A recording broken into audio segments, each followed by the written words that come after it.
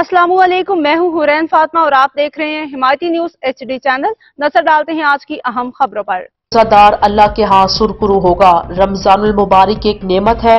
रोजा महज भूखा रहने का नाम नहीं, फर्ज की अदायगी इसमें शामिल है।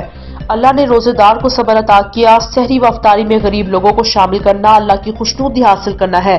साहिब सरवत लोगों को दस्तरखान सजाने चाहिए। इन ख्यालात का इजहार आलम दीन हजरत मौलाना पीर अब्दुल हन्नान सदीकी ने इस्लामिया फाउंडेशन के CEO हाजी आमिर शहजाद की दावत पर इस्लामी दस्तरखान में शरीक रोजेदारों से खिताब करते हुए किया। इस मौके पर हजरत मौलाना मोहम्मद अरशद फारूकी, हजरत मौलाना अब्दुल हन्नान सदीकी और इस्लामिया फाउंडेशन के CEO आमिर शहजाद ने पहले रोजे की कुरअंदाजी के जरिए 3 खुश नसीबों को उम्रे की टिकट देने का ऐलान किया। खुश नसीब अफराद में आमिर रियाज, इमरान फैज रब्बानी, मोहम्मद असगर शामिल है जो उम्रे की सादत हासिल करेंगे। मज़ीद अपडेट्स के लिए देखते रहें हिमायती न्यूज HD चैनल।